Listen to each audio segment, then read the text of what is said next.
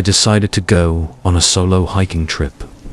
It wasn't part of the original plan, but after everything that happened, I needed an escape.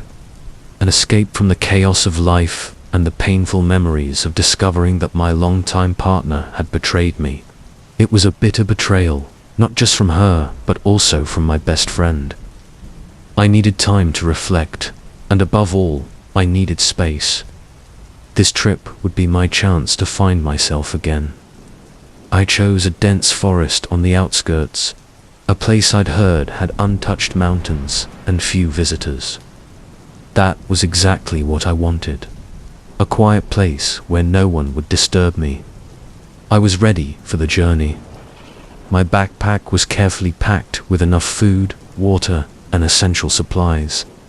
Taking one last look back before setting off, I felt relieved that I could finally escape the pressure weighing me down.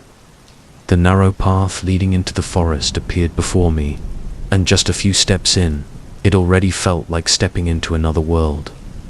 The surroundings were eerily silent, with only the soft sound of falling leaves and the gentle rustling of wind through the trees. I pulled out my phone to check.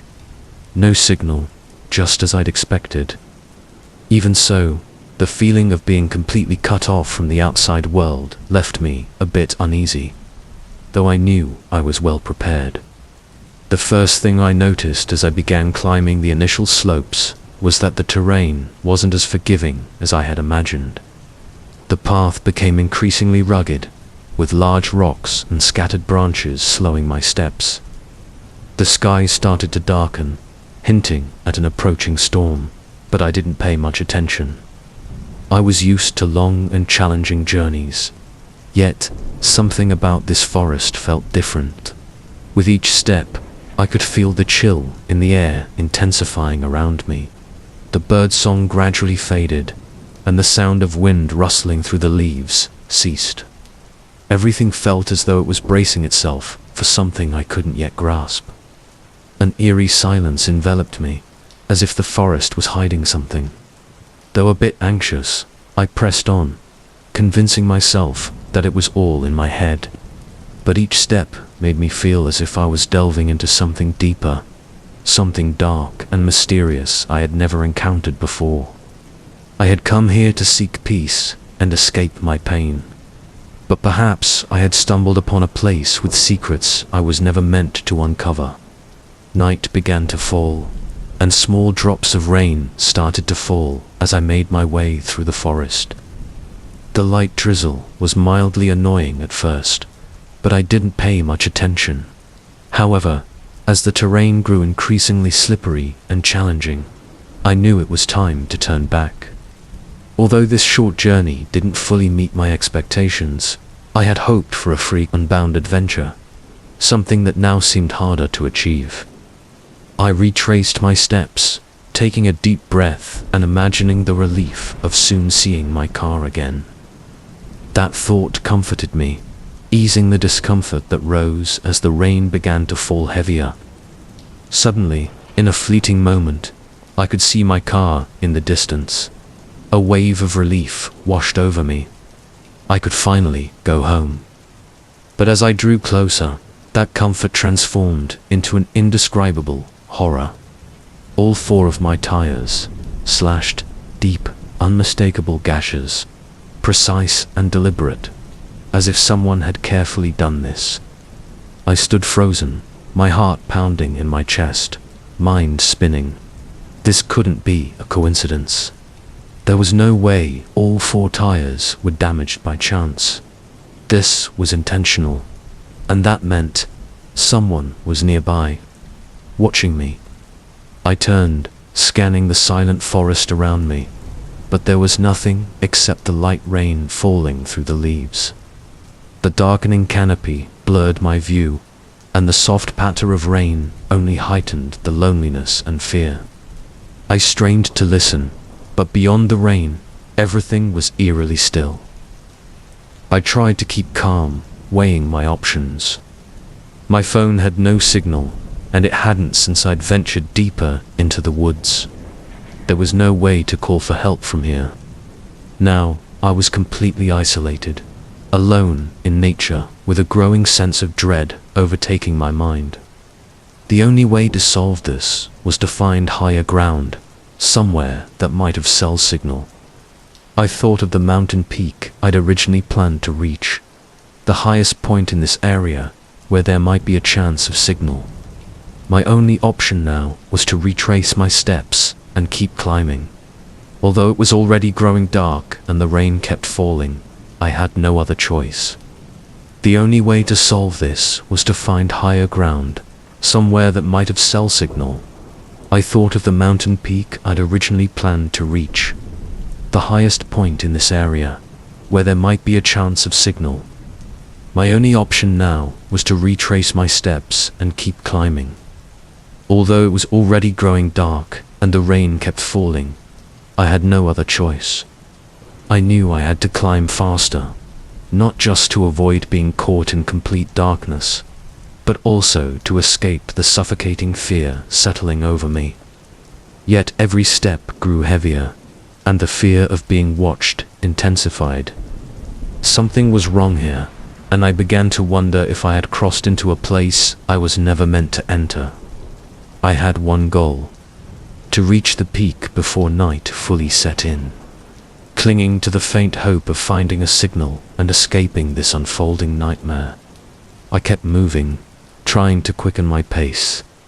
The higher I climbed, the rougher the terrain became, and darkness was falling faster than I expected.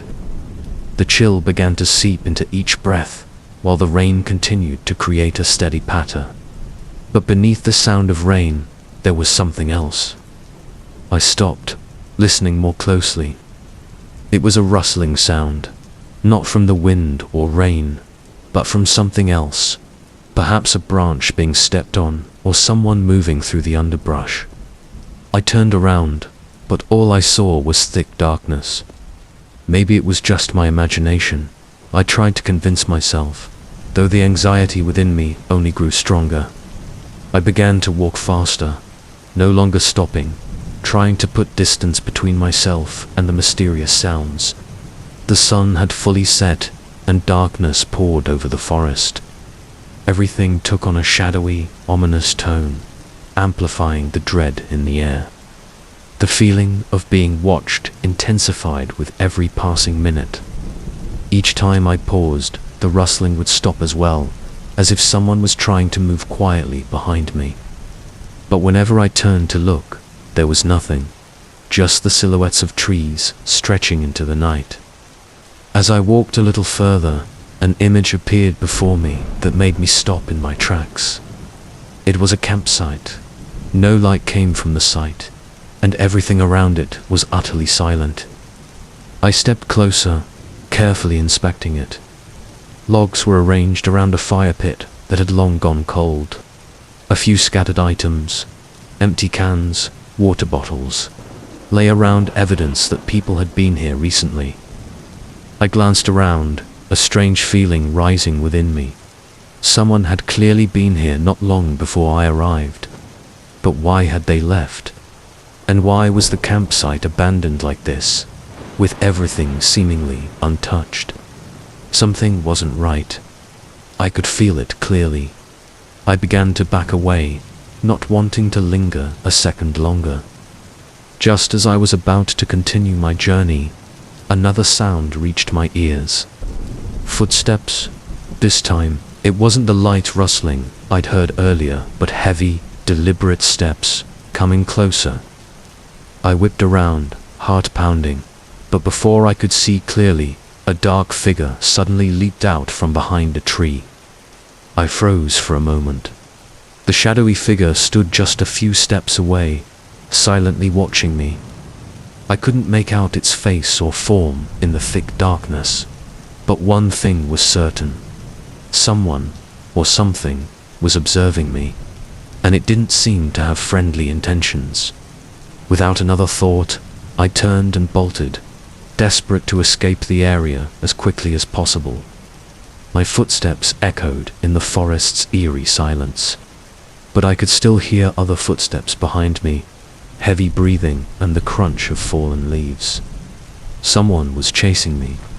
My body tightened with panic as my legs broke into a full sprint. The footsteps pounded behind me, relentless. At first, I'd only seen a single dark figure, but a quick glance over my shoulder made my heart nearly stop.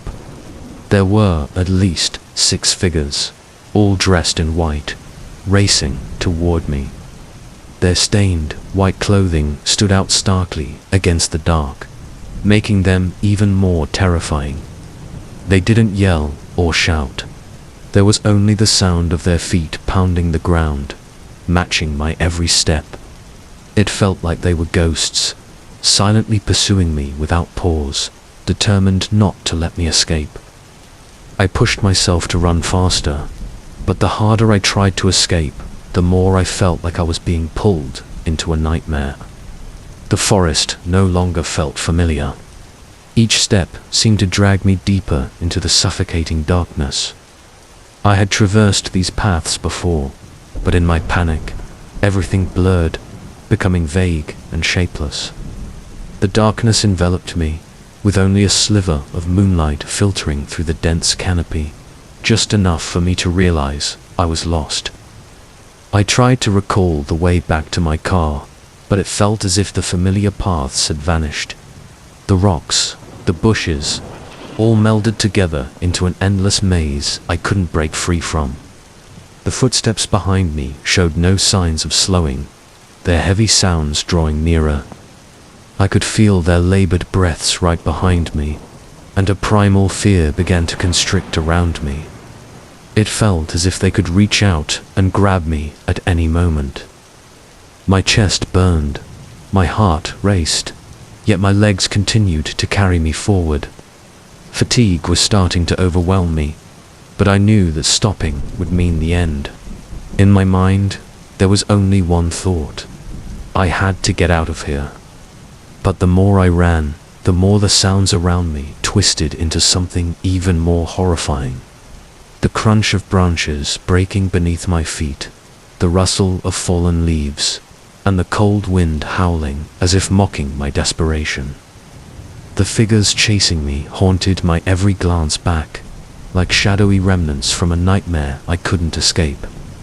Just as I felt I was about to collapse, a path appeared ahead of me, but I had no way of knowing if it would lead to my car. I had no time to think further. I had only one choice: to keep running, clinging to the slim hope that this trail would lead me out of this horrific nightmare. Yet deep down, I knew I was lost, and whatever was pursuing me wouldn't stop until it caught me. I had lost track of how long I had been running, only aware that my breath was running out, and my legs felt like they were about to give way. But just when I thought I couldn't go on any longer, I spotted a glimmer of light in the distance. A police car stood stark against the dark forest, like the last beacon of salvation. Hope surged within me as I gathered my remaining strength and sprinted toward the vehicle. As I got closer, the officer was already waiting by the car, looking at me with a surprised expression. I gasped for breath, nearly collapsing onto the ground, but safety was right in front of me. I turned to look back, my heart still racing with fear, but my pursuers had vanished completely. There were no figures, no signs of those dressed in white like they had never existed. I was bewildered, trying to comprehend what had just happened. Everything felt too sudden, too surreal. The officer helped me to my feet and asked what had happened. I recounted everything, still trembling with the remnants of fear, about the figures that had chased me through the forest, about the dark shapes that had followed me at every step. The officer listened quietly, his expression growing more serious with each word I spoke. Finally, he sighed, looking at me with understanding, and explained that this area had once been inhabited by a mysterious cult many years ago, known by locals as the Recluses of the Woods.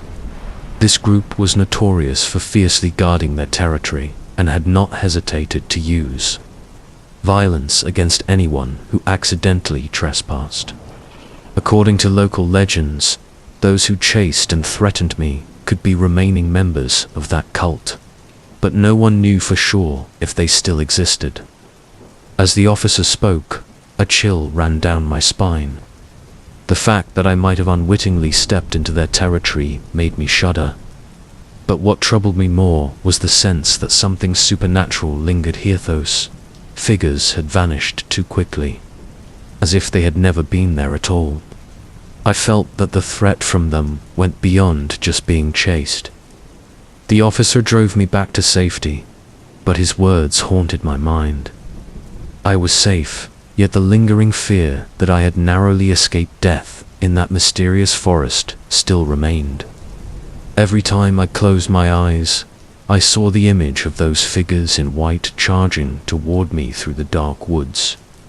My story had a safe ending, but the sensation of those unseen presences, the haunting of the forest, would forever linger in my thoughts.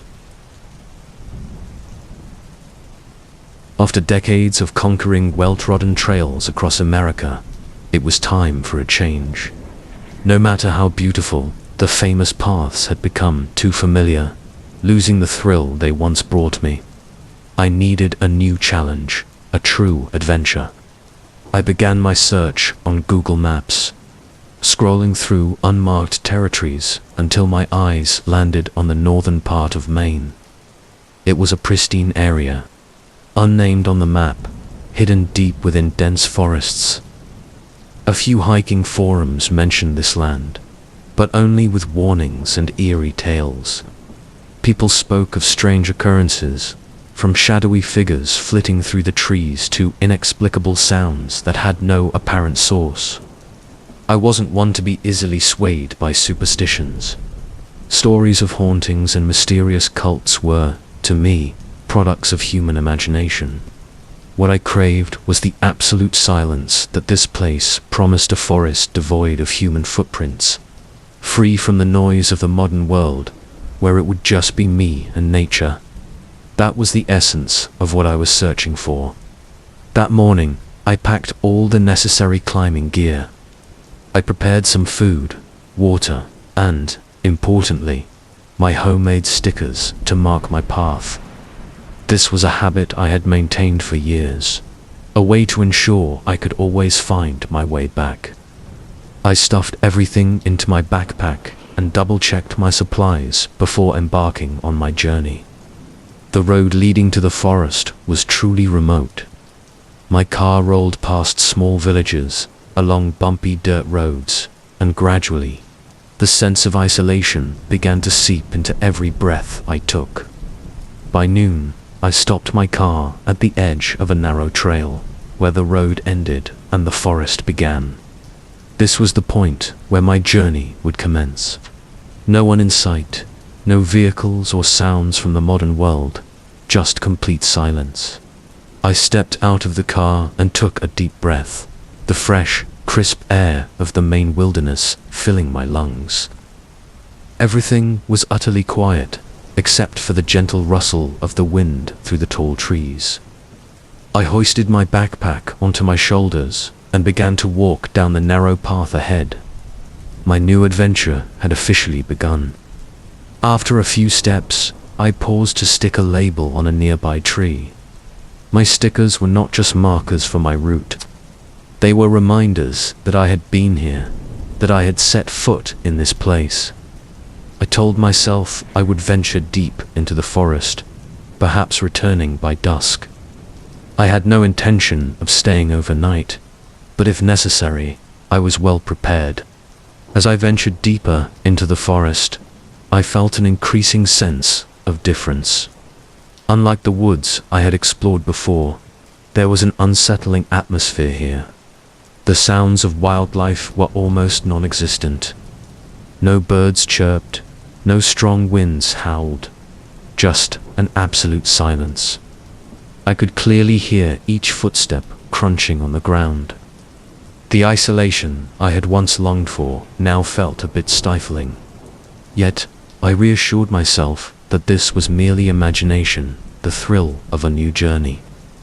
I kept walking, placing more stickers on the surrounding trees to ensure I wouldn't get lost. Everything seemed normal, but deep down, I couldn't shake the feeling that something was off. There was something strange about this place, something that didn't belong to the world I knew. Still, I pressed on, driven by my goal to uncover the untouched. With each step, the realization grew stronger that I might be entering a territory I shouldn't yet. Curiosity and my adventurous spirit overpowered any instinct to turn back. My footsteps sank into the absolute silence as I ventured deeper into the forest. At first, this sense of tranquility felt dreamlike, like a sign that I had distanced myself from the noisy outside world and was truly immersed in the untouched nature. But the further I went, the more this silence began to feel eerie and unsettling. There were no birds singing, no insects buzzing, and no rustling leaves under the feet of animals. Only the sound of my own footsteps and the gentle breeze brushing through the treetops remained.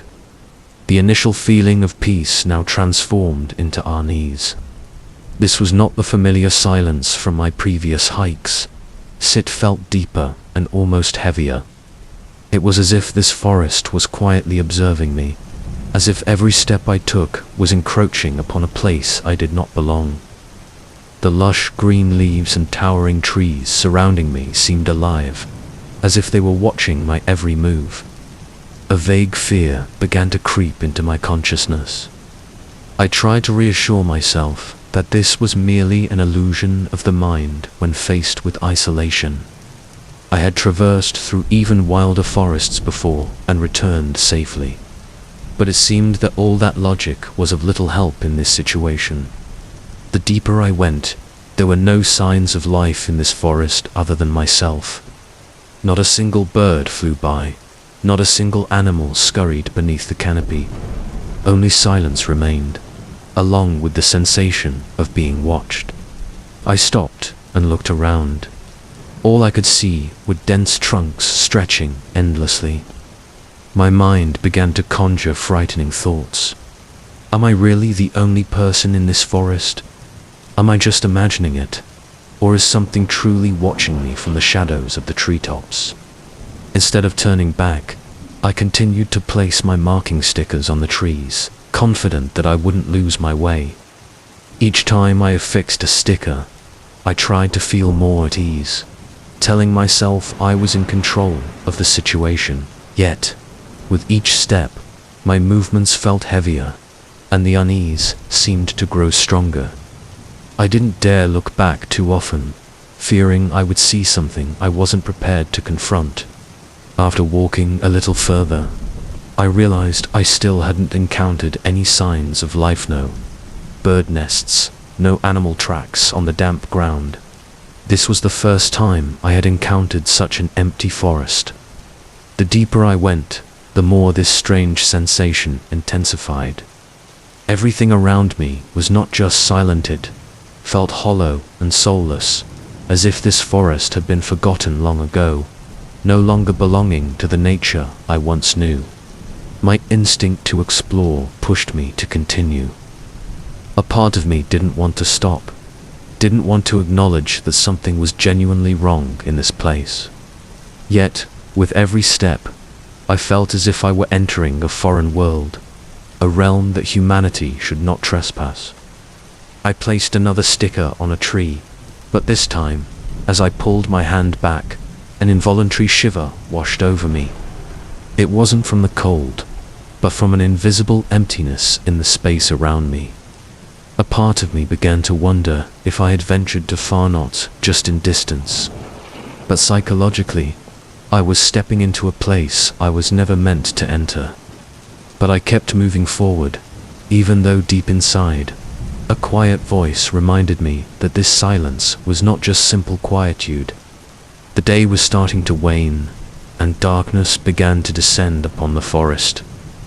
The dim light of the sun was gradually obscured by the towering canopies, casting a gloomier atmosphere around me.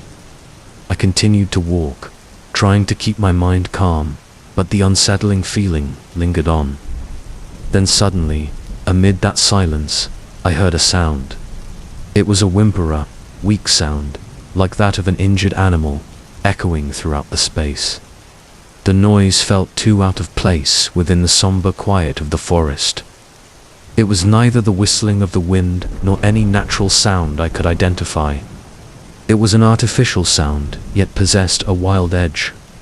A chill ran down my spine as I strained to listen more closely. I halted, turning my head in every direction to pinpoint the source of the sound, but I couldn't be certain of anything. The whimper seemed to emanate from everywhere at once, resonating in the air around me. I felt as if I were caught between two worlds, the reality I knew and another realm where nothing belonged to humanity. A growing sense of dread enveloped me, but I didn't want fear to overpower me. I had faced far more dangerous challenges before. I took a few more steps, but the whimper followed closely with each footfall, as if it was moving alongside me, maintaining its distance, yet never straying far. It was no longer just a random sound. It had become something akin to a warning, a reminder that I was in an unsafe place. I tried to convince myself that it was merely the cry of an injured animal, perhaps a deer or a wolf caught in a trap. But the more I listened, the more I struggled to pinpoint its source. The sound was too distinct, as if it didn't belong to any creature I could fathom. It would rise and then fade away for a few seconds, leaving only an oppressive silence in its wake. Then it would return, louder and closer. I could feel the tension building in my body. Although every survival instinct screamed at me to turn back, I continued to walk, hoping that the sound would dissipate if I moved further away. Yet it seemed the opposite was happening. The whimper did not lessen. Instead, it grew more intense, infiltrating every sense. Now, it was no longer just a sound. It had become a feeling, as if something was threatening and lurking in the shadows, watching me. Finally, the sound faded away, as if it had never existed. But the return of silence did not bring peace. On the contrary, it intensified the tension and fear in the surrounding space. I stood in the middle of the forest, feeling completely isolated, uncertain about what I had just experienced. I told myself that if anything strange happened again, I would immediately turn back. This time, I no longer felt overly confident in my abilities. The marking stickers remained on the trees, but now I wasn't sure they would guide me home. Everything began to blur, as if I was stepping into another realm where all the natural laws had been bent. But despite my fear, I did not turn back. A part of me wanted to know the truth, to explore what was hidden in this strange forest. I continued to walk, but this time it was no longer a confident journey. It was a staggering step between two feelings, curiosity and panic. Not long after the mysterious moan faded away, I tried to keep moving, but my mind was flooded with unease. Everything around me no longer felt like ordinary nature. Every little detail heightened my tension. The sun was nearly gone, and darkness gradually enveloped the forest. I felt as though I was surrounded by something invisible, something from which I could not escape. Then I discovered markings on the tree in front of me. At first, I thought they were just ordinary scratches, perhaps made by some animal. But upon closer inspection, I realized they were not random at all. They were strange symbols, unlike any language or sign I had ever seen. They were carved meticulously and evenly, with sharp, defined lines. I turned to look around, and a sense of horror washed over me when I noticed similar markings on many other trees in the area.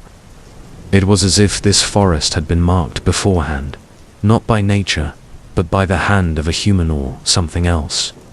These carvings, combined with the eerie silence that hung in the air, sent chills down my spine.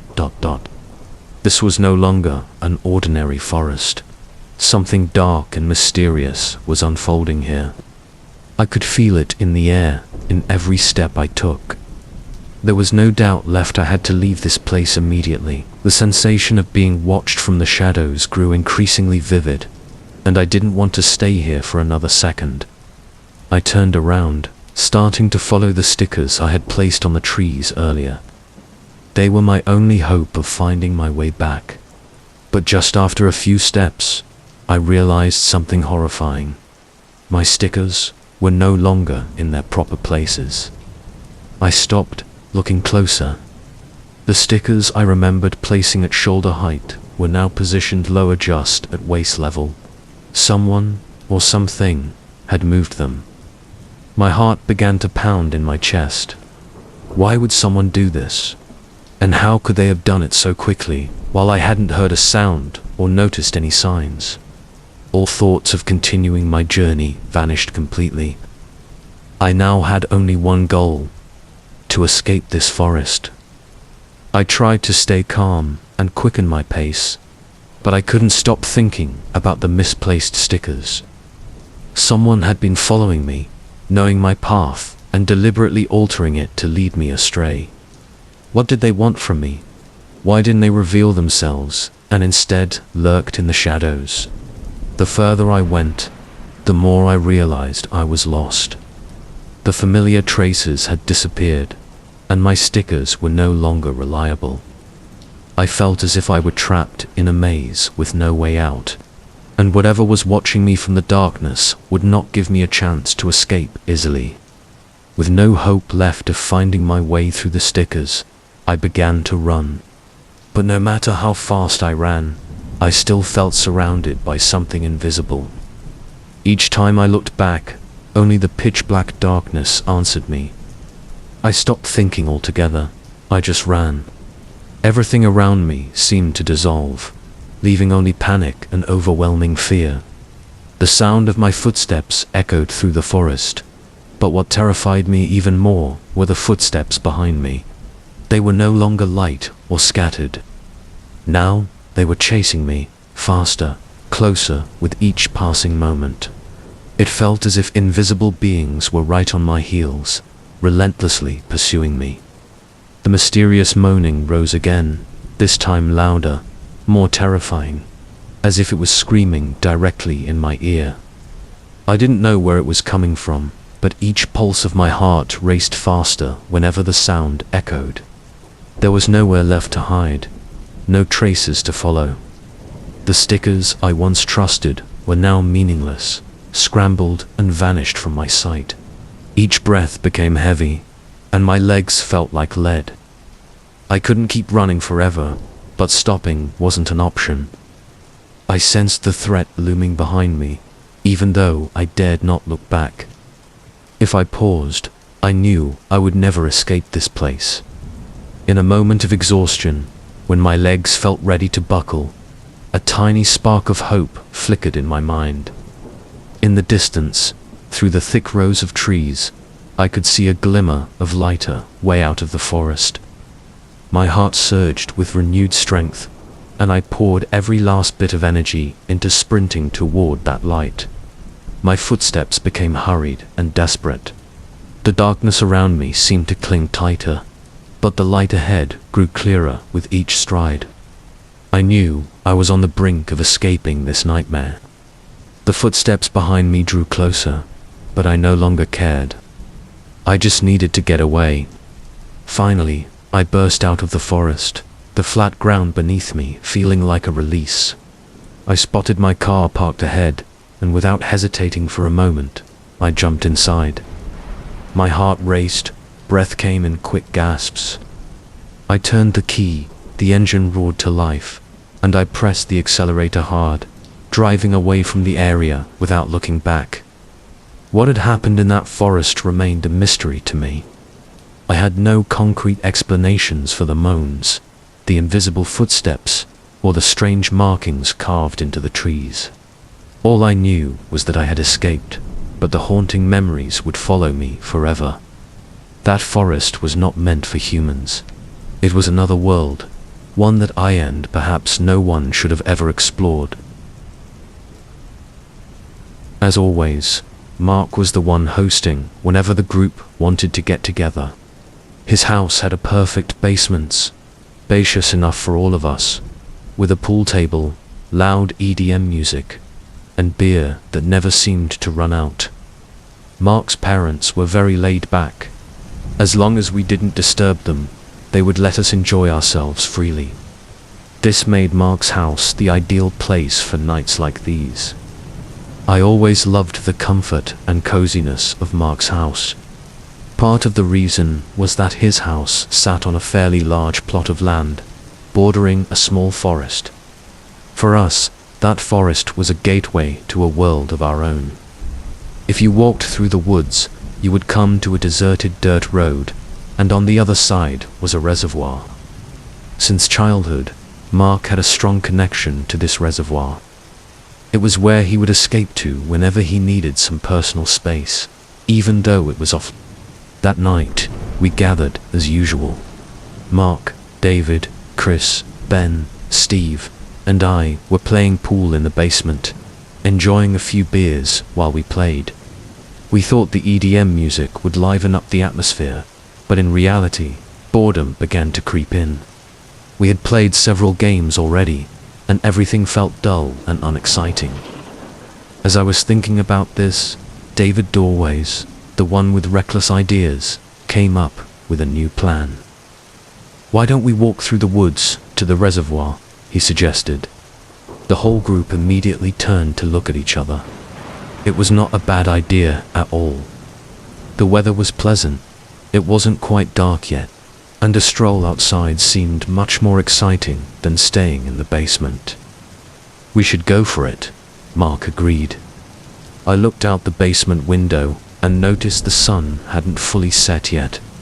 The fiery red sunset cast an unusual hue across the sky, but it was bright enough for us not to worry about getting lost. "Are we going to grab a few more beers?" Ben asked jokingly. I chuckled lightly, but didn't want to drink any more. "I think I've had enough," I replied, already feeling a bit lightheaded from the previous bottles. We quickly gathered our things and got ready for the journey. My friends, as always, were full of energy and ready for any adventure, even if that adventure was a bit illegal. The reservoir had become a place we often visited whenever we wanted to escape adult supervision, a place where we could do anything we wanted, including things we normally wouldn't dare to. As we left the basement and stepped into the woods, the fresh air instantly made me feel more alert.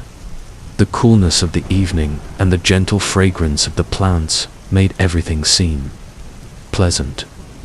We walked along the familiar trails, heading toward the reservoir, a place that held countless memories for us.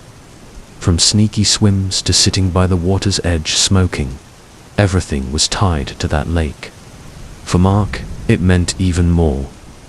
He often said that the reservoir was where he went to think and escape from life's problems. As the group quietly made our way through the forest, I couldn't shake off the excitement. The idea of going to the reservoir in the late afternoon under the sunset sky always brought a strange sense of adventure. What would we do there? No one really knew, but that uncertainty made it all the more thrilling. And so, the journey through the woods began. I felt a quiet thrill in the air, but I had no idea that something terrible awaited us ahead. We stepped into the small forest, the familiar path leading to the reservoir. Our footsteps squished on the damp earth left behind by an early rain, but no one complained. We were too accustomed to these trails, and the wetness only added to the sense of adventure for our trip. The old fence appeared ahead, a fence that Mark had cut through so many times that the Water Management Committee had stopped repairing it. We quickly squeezed through the gap and entered the forbidden land. The enormous reservoir emerged behind the trees. This place had once been our secretor-perfect hideout that no one else knew about. The calm water reflected the vivid red of the sunset, creating the serene scene we had always loved. But tonight, no one stopped at the familiar spot. Instead of resting on the small rock ledge where we usually sat to watch the sunset, the group decided to venture further. We wanted to explore more too, the smooth, sandy shore we called the beach, a secret place that very few people knew about. The atmosphere began to shift as we continued moving. Laughter gradually faded, and only the slow footsteps of our group on the trail by the lake remained. The sunset light dimmed, giving way to the gentle darkness that enveloped the lake. I could feel the cool air rising from the water, carrying the damp scent of nature. Small ripples danced across the still surface, creating a soft sound like the whispers of the mysterious lake. Hassan, who was leading the way, suddenly stopped and raised his hand, pointing into the distance. "Look," he said, his voice a whisper but enough to grab everyone's attention.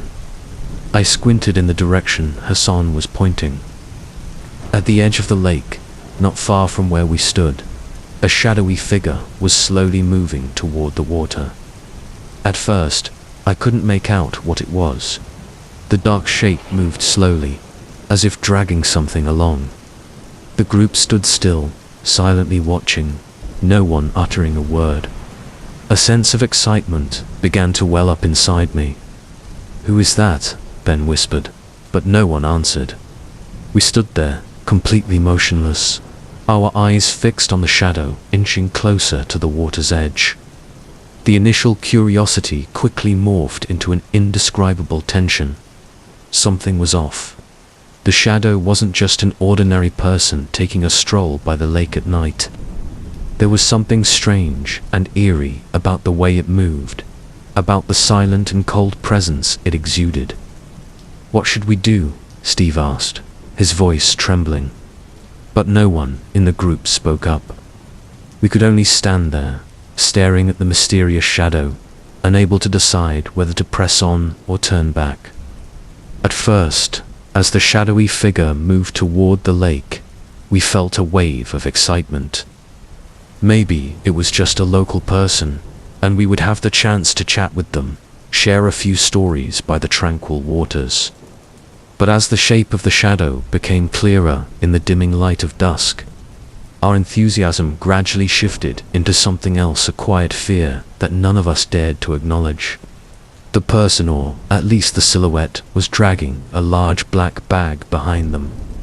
The bag scraped silently against the ground, heavy and cumbersome, as if it contained something unwieldy. Suddenly, the group fell silent. We didn't speak or move. We simply stood there, observing the scene before us. The sound of the bag rubbing against the earth pierced through the silence, heightening the tension in the air. From a distance, I couldn't make out the details, but a heavy sense of unease began to rise within me. The bag didn't look like something you would take on a casual outing.